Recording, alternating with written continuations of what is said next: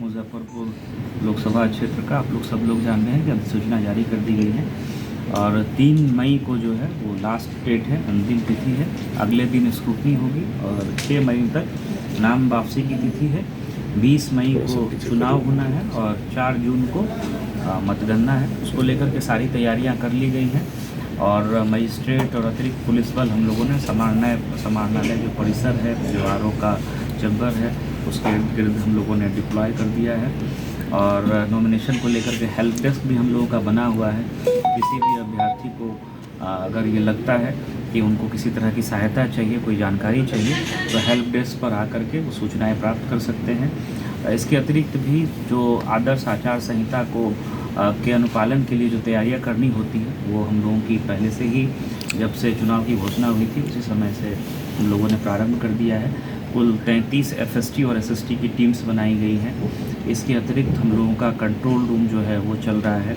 CCTV कैमरे, SST जो हम लोगों का स्टैटिक सर्विलेंस टीम है, उन चेक नाका पर हम लोगों का सीसीटीवी कैमरा भी हम लोगों ने लगाया है। इसके अतिरिक्त सी विजिल ऐप है जो ईसीआई का, उस पर कोई भी आम आदमी, कोई वोटर, कोई इस जिले का रहने वाला वासी अपनी शिकायत कर सकता है और उसका हम लोग इमीडिएट निराकरण जो है उस शिकायत का समय सीमा के अंतर्गत हम लोग करते हैं और उसको अपडेट भी करते हैं। तो सारी तैयारियां हैं और बहुत शांतिपूर्ण तरीके से, बहुत अच्छे से हम लोग जो है चुनाव को संपन्न कराएंगे।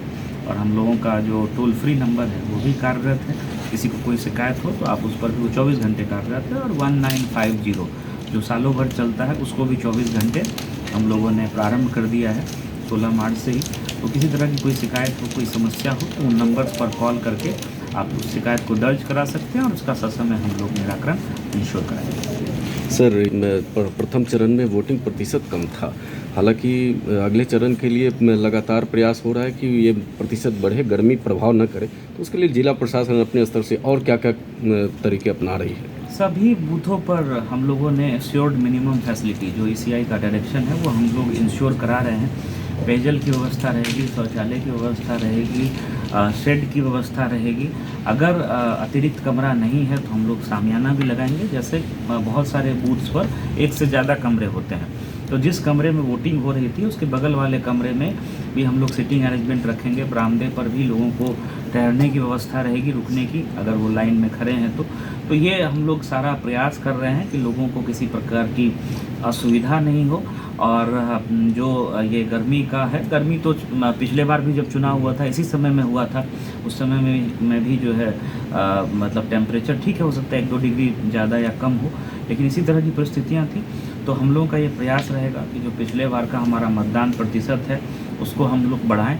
इसके अतिरिक्त लो वीटीआर वाले जो बूथ्स हैं उस पर लगातार हम लोग अपने ज़िले से भी वरीय पदाधिकारी को, वीडियोज़ को भी भेज रहे हैं और प्रति शनिवार मेरे द्वारा भी किसी न किसी क्षेत्र में कार्यक्रम किया जाता है, लोगों को जागरूक किया जाता है।